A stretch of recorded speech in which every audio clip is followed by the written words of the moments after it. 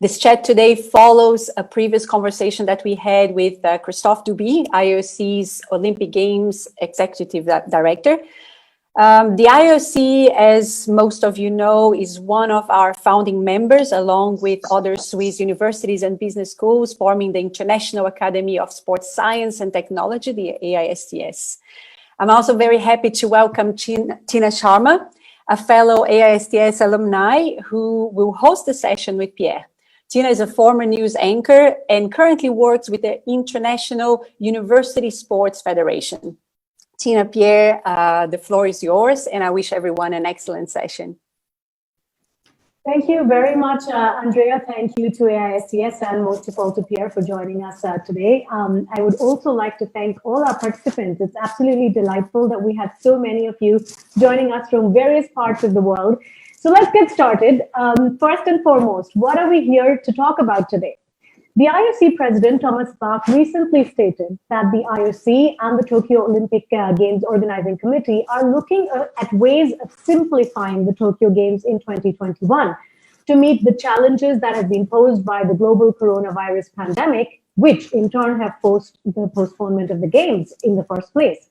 So this new direction is about reducing the complexity of the Games, as we understand, and perhaps saving costs to offset the cost of postponement.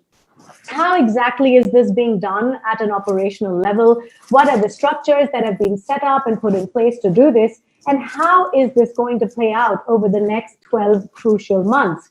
To answer all these questions and hopefully many more, we are very, very happy to welcome Pierre Ducrey, Olympic Games Operations Director. Pierre, thank you very much for joining us. I know it's already been a very busy day for you. First of all, how are you doing? How are things? And are you and your colleagues at the IOC back at work in the office? Yes, hi Tina, hi everybody. Thank you for having me. We are back in the office, but not to the full contingent. We are progressively leaving.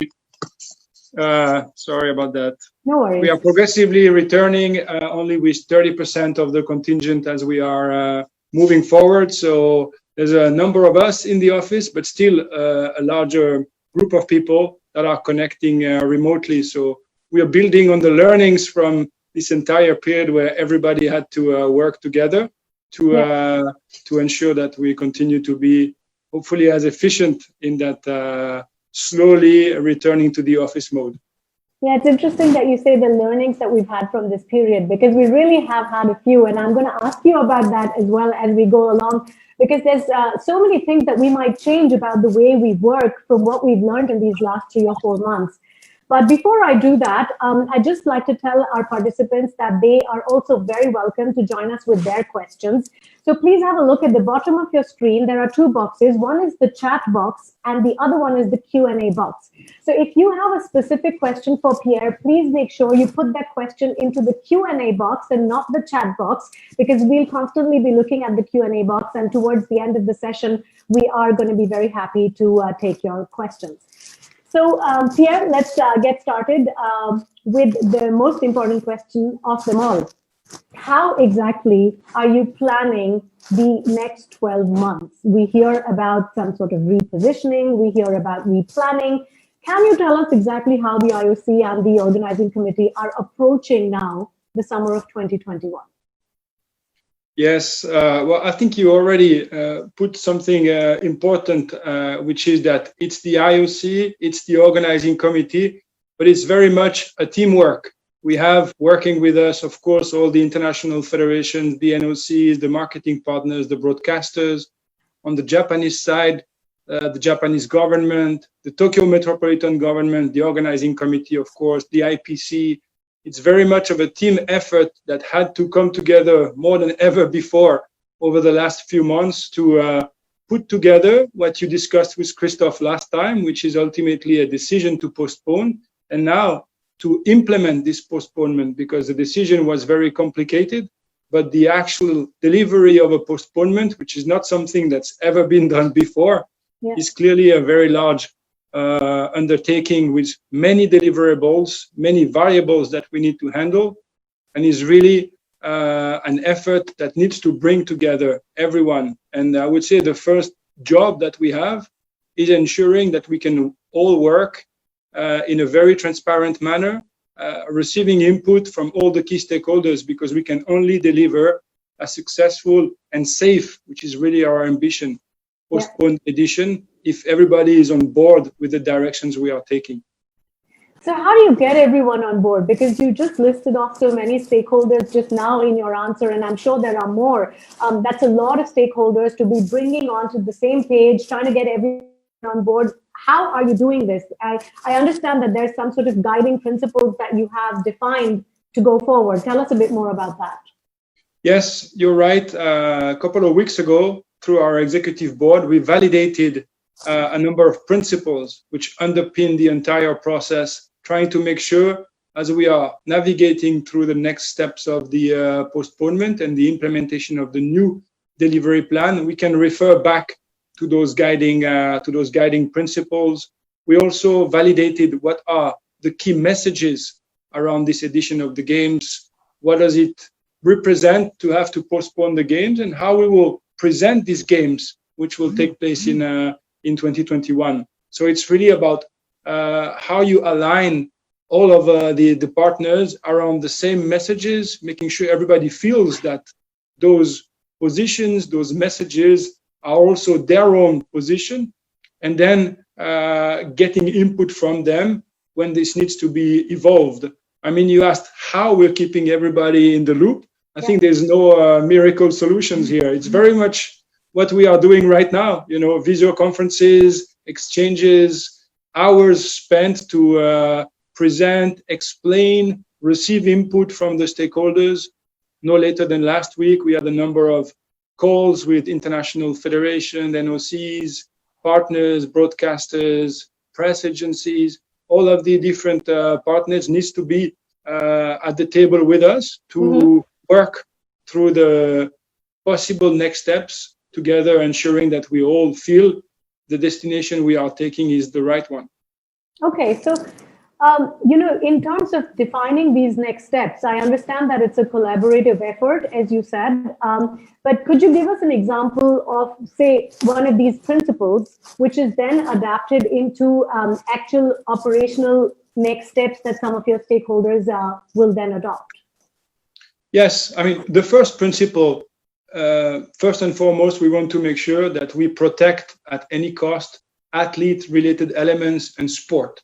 So we have made that a very core principle of the repostponement, that we would not touch those elements. To us is fundamental that we provide a fair and top-level field of play for the athlete, so that we can really see what we all want to see, which is the best performances there can be come next summer. So this is a core principle that in the end guides a lot of decision. It really helps you make choices in some areas where you're wondering how we address some issues. We always go back to sport, because this has to be the core of the core. Other guidance that we considered is really, we know in a COVID potentially impacted environment, we would have a simpler task to handle less people on site. So we're discussing with the stakeholders to try and see if within their teams, there are tasks which could be not prioritized for next summer or performed remotely. I mean, there's a lot of learnings from the periods we went through in terms of what can be done actually remotely. So we are looking at that with the stakeholders. And in turn, to your second question, this really, once defined, allows to make sure we don't provide services for people who are not on site. Because right now we are projecting services for certain level of presence across all stakeholder group. If there is a reduction, it will be our role with the organizing committee to make sure we provide services for the right number of people. The one thing which we always battle against in general in the context of the games, but even more so this time around, is really making sure that we don't overscope any of the services.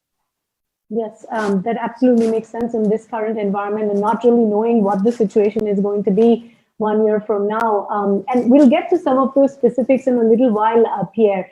But before we get to that, maybe you could also tell us about some of the specific organizational structures that have been set up only to kind of negotiate or navigate the roadmap ahead. I think it's something that a lot of our participants today could actually learn from, because we have many representatives from other international sport federations who are also looking at postponed events.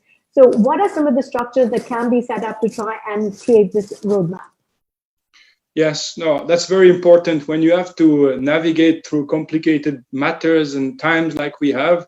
The governance of it is very central. And at the very start of the process, we established almost immediately a number of forums which allowed us to discuss within the IOC, but also in relation with the organizing committee, and then in turn with the stakeholders, all the necessary discussions. So you would have heard already in the media, we've established what we call the Here We Go task force, which is having a group of people inside the IOC that meet on a bi-weekly basis to discuss all these matters. And then there is a joint task force with the organizing committee that meets and involves the president of the organizing committee and the chair of the coordination commission. We also have a number of meetings where we have the IOC president involved. So there's a whole level of meetings where decisions can be escalated to when it's required.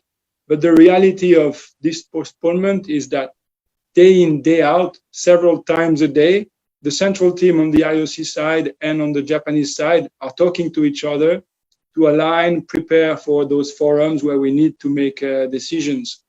The responsible persons for transport, accommodation, venues, or any other topic are also talking to their counterpart to try and make sure we are creating the right conditions for the postponement, be it in optimizing the complexity or just making sure that we have the necessary elements in place to do the games next summer. Because obviously it's about simplifying, but it's also about making sure that we have successful games come next summer in an environment where pretty much everything needs to be reconfirmed.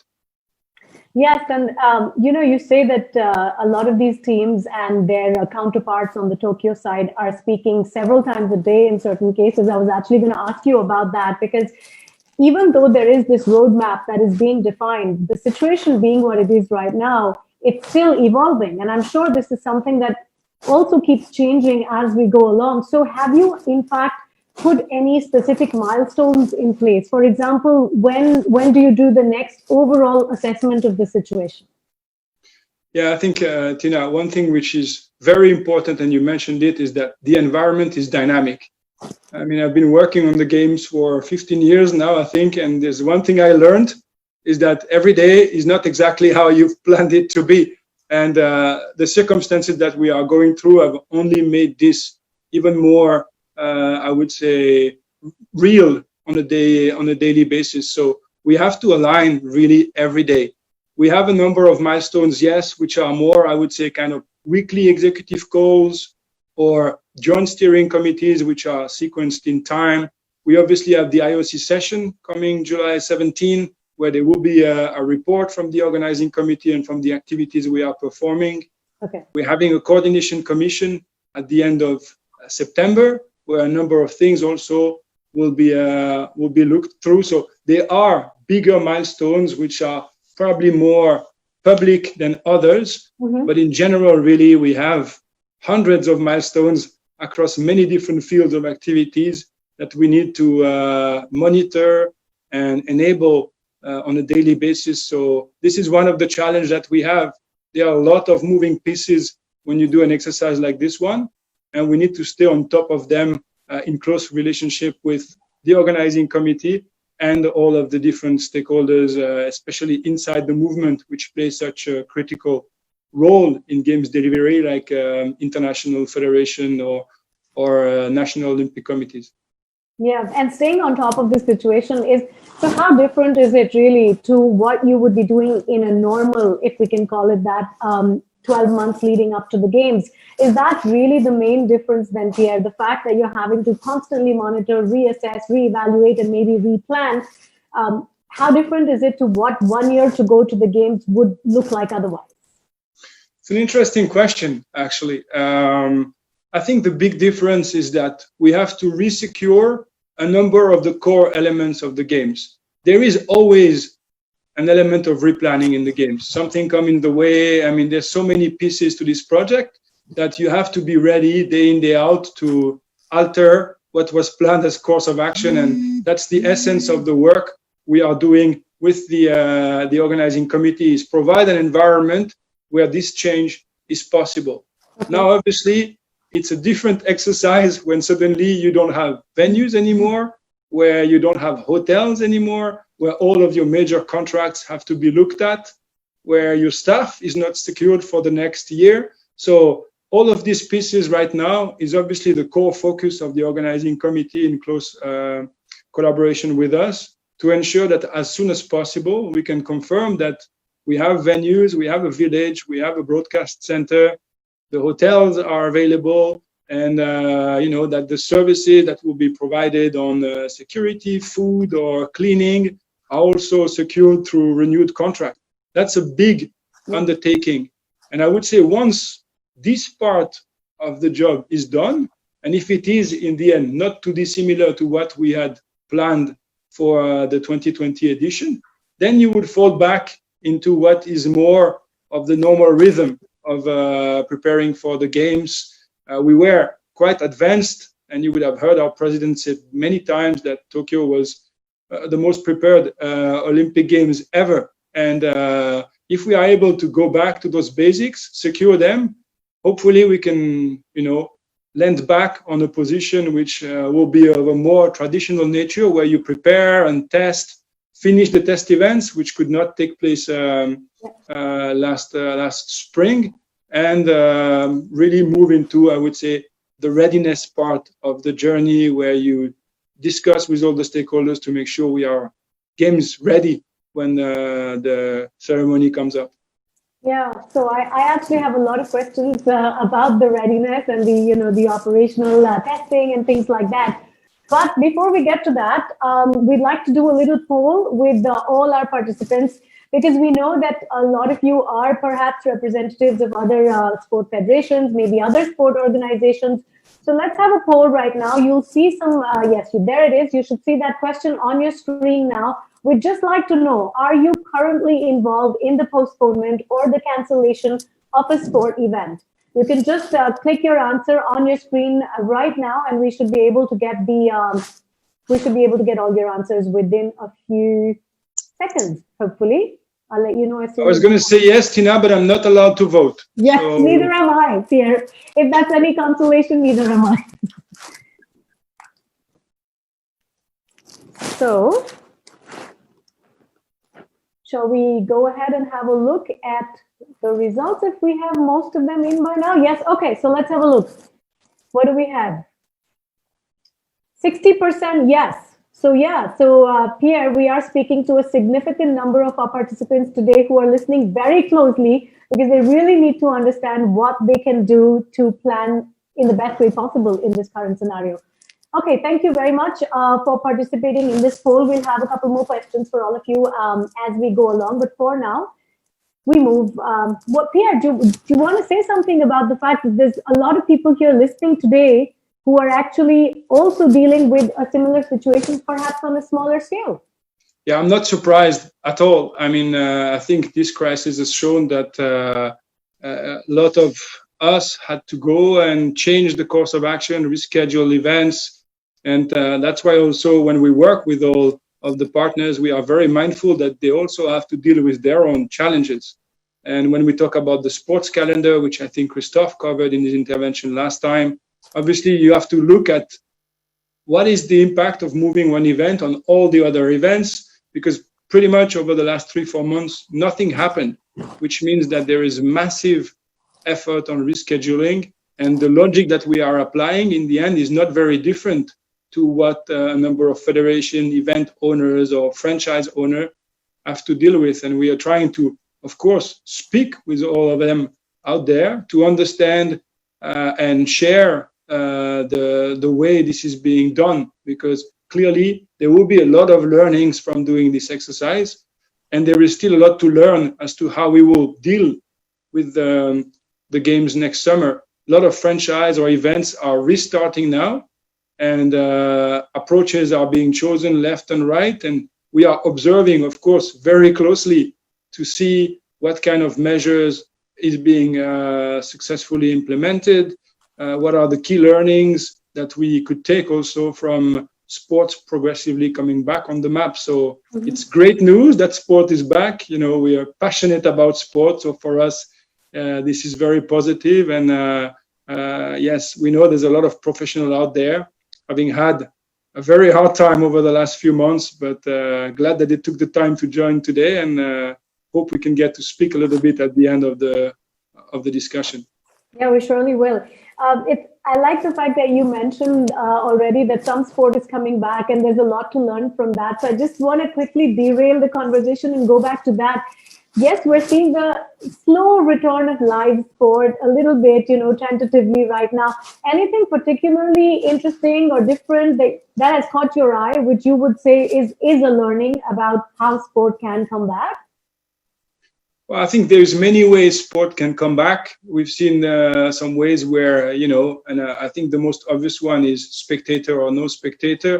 This is very visible. And I think we all work in this environment to create circumstances where you can have spectators. But when this comes in the way of delivering safely the event, I guess there is not a lot to think about. You need to be very mindful of safety of all participants, spectators, and others.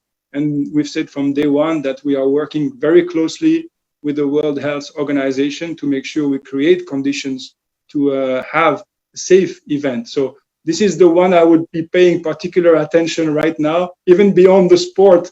I guess the professional eye is really looking at what are the visible ways that they are addressing the challenges that we have to deal with, the restrictions you can have on the country level or on a global level. It's really about understanding how each organization is reacting to this. So I find myself looking more around the field of play than on the field of play these days when I look at sport. But all in all, what is positive is that it is possible today in this environment to organize sport competition safely. And for us, that's a strong signal that come next summer, we should be in a position to do the same. And you also mentioned that, you know, you spoke about maybe reducing the scope of services or the service levels in certain departments. And you mentioned a couple of specific areas, but would you care to go a little bit more into detail on that? So what kind of really specific areas are you looking at where you think that the scope of services can actually be reduced? Yes, I think you would have heard Christophe and also our president following the executive board saying that we're trying to leave no stones unturned. So we're not really focusing just on one aspect of the games. We're really exploring jointly with the organizing committee and the stakeholders, every place we feel there is value in us seeking simplifications. So there are obviously in games environment areas where budget is more significant, so where measures could be more impactful. If you think about venues, for example, we've already implemented, and I guess most of the participants to this call would know what the new norm is, which is really our program that has been targeting to simplify and make organization of the games more flexible. And we've already worked a lot on venues front with Tokyo 2020 and the local government. We saved already massively on venues in the past years, but there is still optimization that can be done today when we look at rental of venues. Obviously, the big challenge of the postponement is going to a venue owner who already had a full program for next summer and ask him to make his venue available again. And that comes in the way of existing contracts they can have. So what we are working on, for example, is making sure the rental periods for those venue owners is as small as possible. Some of them, they are large exhibition centers, and we're trying to make sure that the footprint of the games is kept to the minimum duration possible so that they can rent again to other clients as quickly as can be. We're looking at the requirements for the overlay, trying to simplify everywhere it's possible. So it's really relooking at those contracts, knowing we have one more year, and being very mindful of that extra time to try and shape the agreements that Tokyo can have left and right in the optimal way. I mentioned overscoping. If we are able to really target every time the right number of people, we will be able to do also a number of savings. So that is a strong aspect of what we do.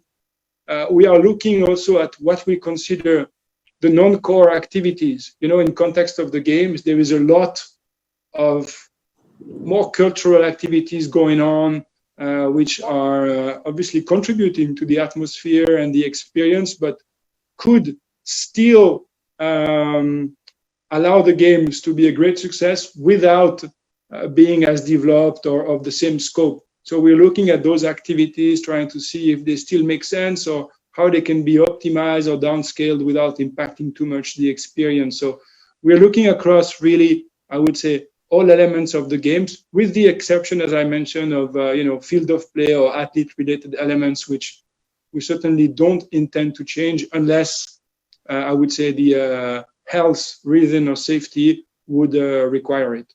Okay. And also in the areas that you are mentioning, looking at potential changes or scoping down, there are some areas that automatically come to mind when you talk of numbers, because it's about really kind of thinking about those numbers, maybe estimating the kind of numbers in certain areas. So what about things like ticketing? What about things like transport, security, and maybe most importantly, workforce? Because a lot of people would have been contracted to be working until the end of the game. So what happens to all those people? Are they all continuing? And what happens about tickets, for example?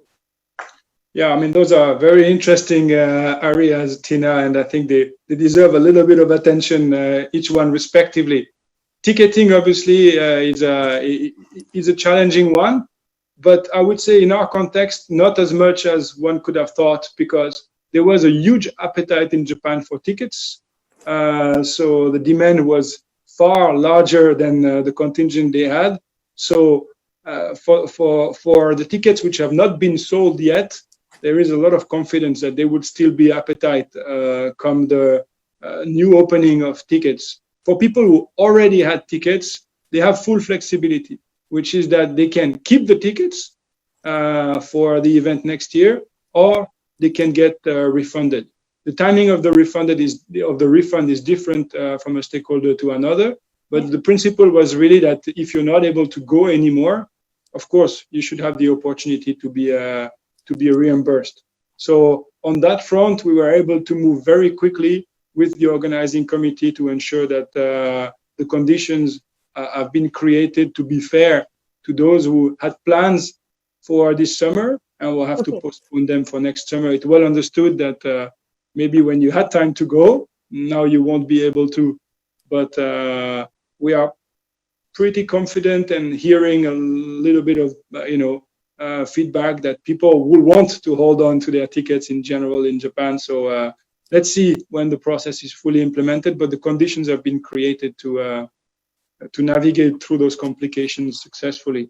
Okay. You mentioned workforce. Yeah. If you want me to go into workforce, yes, it's obviously a challenge because you suddenly have to keep your workforce for an extra year. The particular situation of Tokyo is that a lot of the staff of the organizing committee is seconded from the Tokyo metropolitan government or different ministries or commercial partners. So it brings an additional layer of, I would say, complication in the negotiations. But Tokyo 2020 has moved very quickly to secure the key personnel and making sure that they have the core team that they need to have for next year. Also, and very importantly, they looked at those which had done jobs which somehow were nearing the end of their mission. Not everybody has a, absolutely crucial games time role. Some of them, they were almost at the end of their mission within the OCOG, and through some adjustments, they are in a position to, just not bring those people back. so they can really focus on the core number of people that will be delivering the games comes next summer on the basis of the immense work which was already done. So I think here the work of the organizing committee has really been quick, and as far as we can tell, pretty efficient, because the people that we have been working in key positions have already all been confirmed. Okay, so they have already been confirmed to continue for another year. And like you said, it's not a small task. It's a big task, but if it's in place, then that's probably a good thing. But I have to ask you the one question, which I'm not sure if you really want to hear, but and nobody really wants to hear, to be honest. Everyone wants to see, you know, everything going smoothly from here on.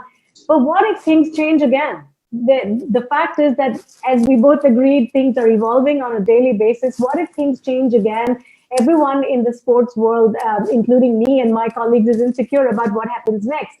So how have your operational sort of readiness exercises that we spoke about briefly earlier, test events, things like that, what are the plans that are changing, or how have you changed your approach to that?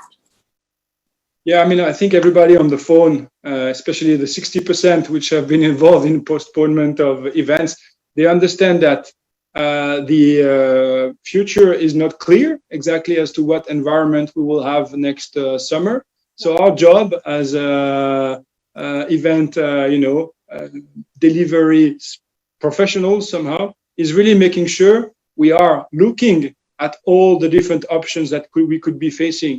So we are focusing right now, working closely with the WHO, with the Japanese government and a number of other entities to see what could be the environments we have and build plans that can respond to this environment. So I guess really the task is that right now we cannot go with one plan and say this is our plan to the end. We need to develop concurrently different options that we will be able to reflect on along the way, so that ultimately when the situation becomes clearer as to what will be the circumstances or the restrictions we may have next summer, we can slide into the most suitable plan. It is our day in, day out job in general, to develop operational readiness programs, to work with the organizing committee, test, run scenarios, tabletops, test events. This is what we do already in the context of the games. Yeah. So this is going to be no different, only that we will have to test a bigger number of options in the lead up to the games until we are in a position to choose the most suitable one for games delivery. So I would say, all in all, it's not so different to what we do. It's just the number of variables, which is, I was going to say slightly, but I would say significantly higher. And so is that what you would also say to the other federations who, of course, would be involved with this operational readiness plan, working with you on the games, but also for their own events, looking at more scenarios and keeping more flexibility in terms of these test exercises? What would you really say to them as maybe the top 2 or 3 tips of how to keep on top of this constantly changing situation? Yeah, well, first of all, I would tell them that we absolutely need their collaboration. They have a unique expertise in understanding their sport and how this sport can be adapted to different circumstances. Last year, we were focusing a lot on heat circumstances, working with a number of outdoor sports and their federation, how to best respond to different heat scenarios. And we worked a lot of scenarios with them, how we would respond comes games time. So this kind of collaboration framework between the organizers, ourselves, the federation, already exists. So what we want to do when it comes to any COVID-related scenarios is do the same, working with them, trying to project different options and understand if we are to deliver it in that context, what could be the adjustments we need to do for your sport? If it was this context, what would they be? I think that's where the reference I made earlier, that there is a number of events being delivered as we speak. Well, a lot of learnings will be made by the federation that will be able to nurture a little bit the exchange we have with those federations, so that ultimately we're all comfortable that, be it scenario A, B, C, D, E, we know how we intend to respond, to provide, once again, what is really fundamental, a safe environment for the participants. Yes, and I mean, surely everyone's already on the same page with regards to that, because that's the one thing everyone wants for their events. What really would you say are some of the top learnings, since you mentioned that again now, that's come through this last 2 or 3 months, which you feel is something that you can actually implement in plans going ahead, perhaps in areas like, I don't know, event services or spectator experiences, you might want to call them. What are some of the big learnings that you hope to implement going forward? Well, there's a lot of learnings. There are definitely learning that we want to implement in all the different options, which is that today people would expect to have a very sanitized, clean environment. So making sure that this is done, visible, to reassure anyone. This is clearly something which was always part of our plan, but I think in today's environment needs to be at the forefront of the concern. How do you serve food in a very appropriate way in that context? In transport, what are the routine that people will be expected to have in order to make everyone comfortable? So there's a lot of things that are currently being deployed in different countries according to different circumstances, and it's really our job to understand them and making sure that we can include a good number of them in the baseline of any plan, and some of them according to certain circumstances. So the learnings are almost every day. We are lucky enough to be working closely with WHO and a number of other very qualified partners, the Japanese government, and trying to understand what are the impacts that there can be on any event, not talking sport, I'm talking event in general, from COVID, and how we can best operate in that environment. So we're trying to gather all this learning to make sure that what we apply next summer to our event are the most relevant and efficient ones. Yeah, and the good thing about this is that we're all sort of, the whole world literally is in this together, learning together, just trying to cope with the changing situation together. So hopefully everyone has the same approach going forward about what's important and what really needs to be done. I think this is a good point to ask our next poll question, perhaps, Pierre, because we'd like to know from our participants what are their top concerns, really, going forward, looking at postponed events. What are the areas that they've been impacted on the most? And what are their top concerns? So perhaps we can have the poll coming up just so we get an idea of what are your biggest concerns. You should see the poll on your screen now. So this is predominantly for those of you who obviously answered yes in the previous question. If you are involved with a postponed event, what are your major concerns? You can choose your options now. I believe this is multiple choice, so you should be able to choose more than one option. And we'll give it a few seconds once again. We're getting all the answers. They're coming in now. So these are your options: finances, athletes preparation, finding a new host, presence of spectators, and volunteers. Volunteer recruitment, volunteer training, perhaps. So I'll just wait for the signal to know that we've got most of our answers in, and then we can have a look. Okay, we got more than 200 answers right now, so we're still about halfway. We'll give you a few more seconds. Let's give it another 10 seconds. You should be able to click it right there on your screen and submit your answer to this. So maybe we take a look at the numbers as they are now. Let's have a look. Finances. Well, I'm not surprised. Finances and athlete preparation, also presence of spectators, comes back, Pierre, to some of the points that we already discussed, actually.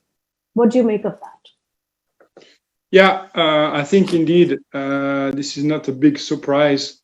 Finances has been complicated, of course, when you continue to have to maintain your team and to have a number of payments that have to be proceeded, and you do not have revenue.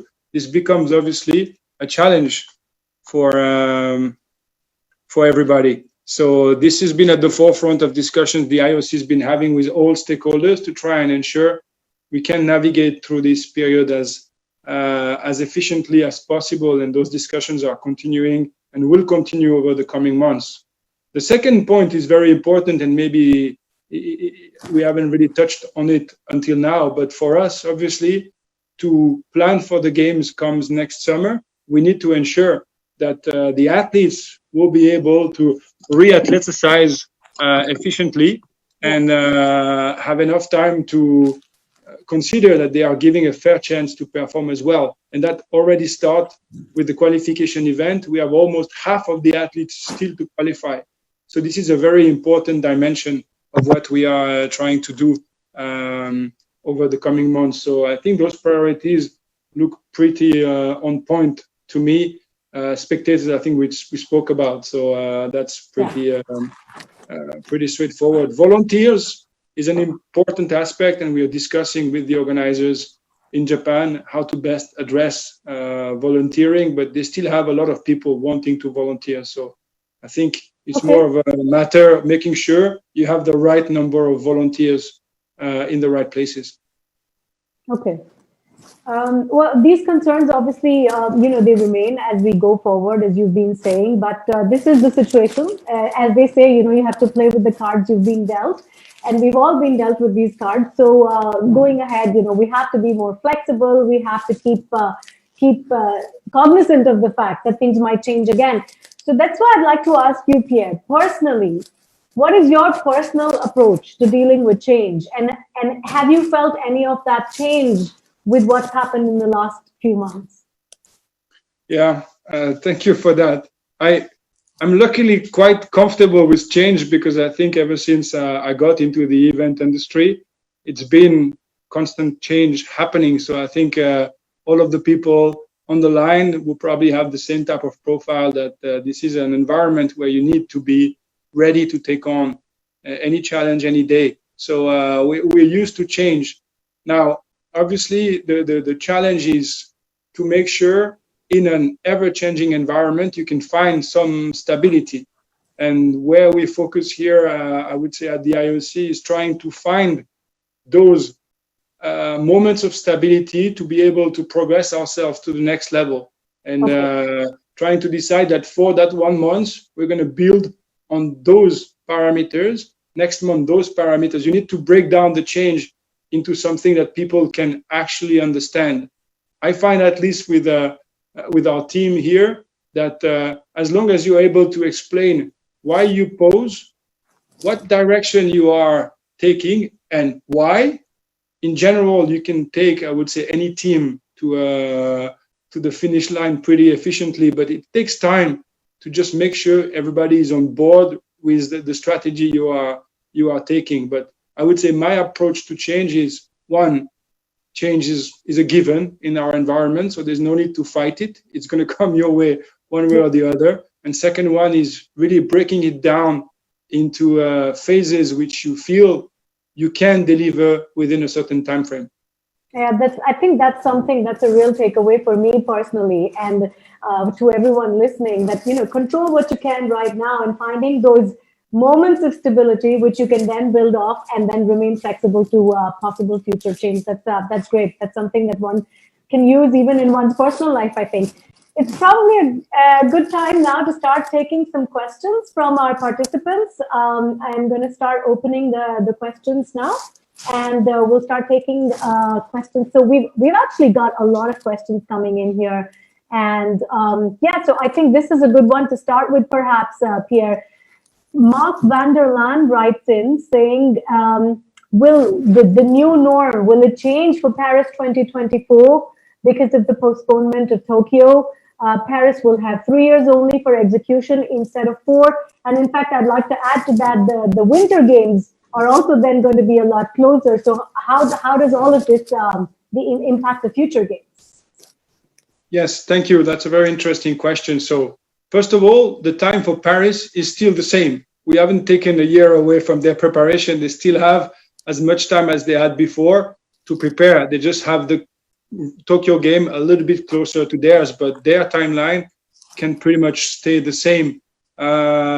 we are working obviously with all organizing committees to make sure that the key deliverables of their respective journeys are not overlapping.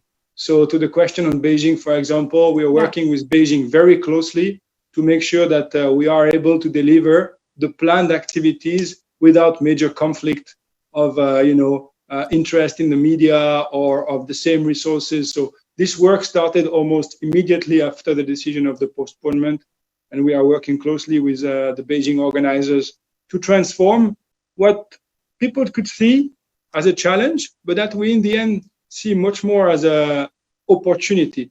Because when you have 2 games within the time space of 5 to 6 months, you can very much adopt a peak-to-peak type of approach. And a lot of our stakeholders and broadcasters are actually seeing that as a great opportunity. You create a momentum with Tokyo that you can keep going until the Beijing Games. It would be much more complicated to do so over 18 months.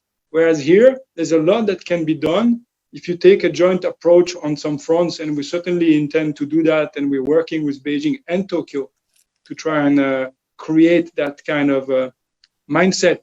It's also an opportunity that you have to do things more efficiently. There are things which are going to be used in Tokyo, I'm talking overlay or material or personal, that can then transition straight to Beijing, whereas you would have had to ship them back somewhere in the world and bring them back to Beijing. I mean, it opens up a number of opportunities, so we very much see that as an opportunity rather than a challenge. To the part of the question on Paris, certainly we will work with Paris to obviously work on new norm, and the organizing committee there has been at the forefront of pushing for application of the new norm. But through this exercise, new opportunities will come up. We are discussing a number of simplification opportunities with Tokyo, which were discussed in the new norm but could not be applied due to the time we had. Now we have more time and particular circumstances, so there will be a lot of learnings, and we will look at how we can best apply that to the upcoming organizing committees. But they are working very closely with us. We had calls with the organizing committees on a regular basis to ensure they are very well aware of what's going on in Tokyo, and also can see how this can influence in a positive way their respective projects. Okay, well, I mean, that's very interesting, and you say that this added time in a way has also provided some opportunities to look at some of these areas, which is great. I'm going to ask you one more question, which is sort of related, Pierre. It comes in from Andre Moisev, who's asking specifically about the Observer Program. I believe this is for the Observer Program of the Beijing Organizing Committee. How much will their participation in Tokyo be able to really help them, because they will have shortened time to be able to implement those things then? It's a related question, so I thought I'd ask you that. Well, program like the Observer Program, I'm not sure it is familiar to all the audience, but it's a program that the IOC has created to give opportunities to future organizers to come and observe the Olympic Games up close. So you're actually participating to a number of workshops, you go to venues, you take transport, you really basically experience the games for what they are. Because if you are working in an organizing committee, but have never been to the games before, this is a critical opportunity for you to understand the scope of what you are supposed to deliver.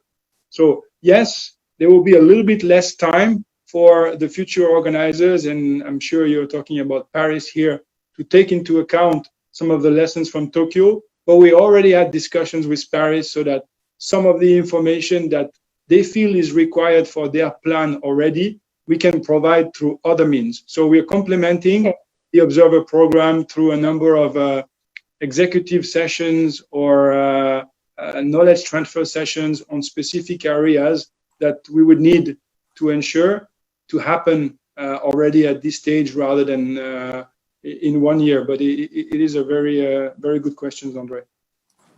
Okay, well, yeah, thanks for your questions, Andre. And then let's move on to a question from Ekaterina Glebova, who wants to know, how do you see the role of technology and technological innovations in sport really changing because of the COVID-19 situation? Yes, thank you, Ekaterina. Technology is obviously a critical piece of games delivery, be it from the impact it can have on success or not, but also in respect to the budget it represents for an organizing committee. Tokyo was really positioned as the games of innovation, where a lot of new things will be tested, and we could showcase a number of new developments. I think on that front, we are discussing with Tokyo to see what still would be relevant considering the circumstances. But when it comes to the critical game services that we need to do the games, technology integration, cybersecurity, timing and scoring, of course, we have to protect those very closely, because they are critical to ultimately us being successful. So we are working on that, but still looking for opportunities left and right to try and simplify some aspects, to try and, once again, reduce the load on the organizers, and ultimately simplifying the complexity of the postponement. All right, thanks very much for your question, Katrina. Let's go across to another question, which was, I know we spoke about volunteers already, Pierre, but there's a specific question that's coming from Zineb, who says not all volunteers that were accepted for the 2020 games will be ready or available to assist in 2021. Will the application process be restarted? Is this something that will be reissued?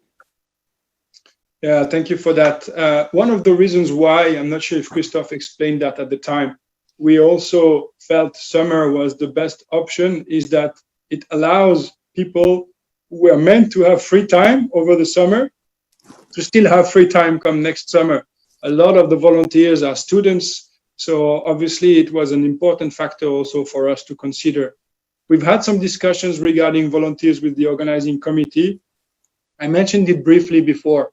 The number that Tokyo was assembling is very large. It has a little bit of space in it, I think, to face what could be some level of attrition from people not being available anymore. But if the interest demonstrated in those positions is any sign of what could be the attrition, we have a feeling that next summer we will still see a lot of people wanting to come and support the games in their own way. So of course we are watching this closely, because it's very central to successful delivery. But at this point in time, we don't have a signal that the attrition level would be something we have to worry about. Okay. All right. Thanks for that question. We have a couple of questions without names, so I don't have a name to announce, but let me take this question in any case. So let's talk about this one. Tokyo just pulled out of their bid for the Women's FIFA World Cup. So do you see the impact of the Tokyo 2020 Games as a strong influencer for future potential bid cities in their consideration to host major sports events? I'm not sure I completely understood the question. I hope you have. And how will this impact future potential bidding cities for the Olympics? I think I understand the question. It's certainly not for me to comment what are the reasons of the postponement decided, or the cancellation of the bid from the Japanese government. It's their own decision, not something that we have been discussing with anyone. But today, as we discussed before, the sports calendar has been influenced by a number of movement priorities of event organizers, sport organization, but also governments in general have to be slightly altered. So I'm sure there is a large number of factors which contributed to this proposal or this project to be put back, like it is for many other projects at the time being. I don't believe that in the long term, this decision of postponing the games will have an influence on event organizers in general. But did it have some impact on the current sport calendar for next summer? Yes, it did, because we had to relook at a number of events to ensure that we were not overlapping in the same time space. But all in all, I think considering how many movements took place, it proved that the Olympic movement and the sport movement in general is capable of almost working miracles when everybody is around the same table looking at the same objective. But is this a concern, as the second part of the question of Pierre, is this a concern that this could impact the future bids, bids that haven't happened yet? No, honestly, it's not a concern. I think people that are interested in Olympic bids today, they are doing that for reasons that are really centered about legacy and opportunity for their countries. This is just a factor that needs to be considered. It is today possible, and we know it, that circumstances globally can create challenges to the delivery of the event according to the planned schedule. This is a reality. Everybody will have to factor it in, but it doesn't change any of the incredible legacies that can be created by a successful Olympic project. And I think our partners recognize that, and we will continue to have, as part of the new process we have with candidatures, a lot of constructive conversations, which I don't believe the discussions on Tokyo and what happened would be a negative influence. Okay. Well, I think we have time for maybe just the one last question now. And there's several people who've written in about this aspect. So perhaps I should bring that up with you now. There's a lot of people who've written in about the athletes' village.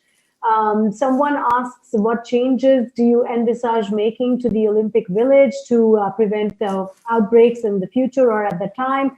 And there's another question very specifically about this from Lisbeth, who in fact says that in my organization, our athletes are sharing rooms. In this environment, we are assessing whether that's safe for the future scenarios, and we're looking at individual lodging and rooms. Is this, are these the questions that you're also looking at with regards to the athletes' village?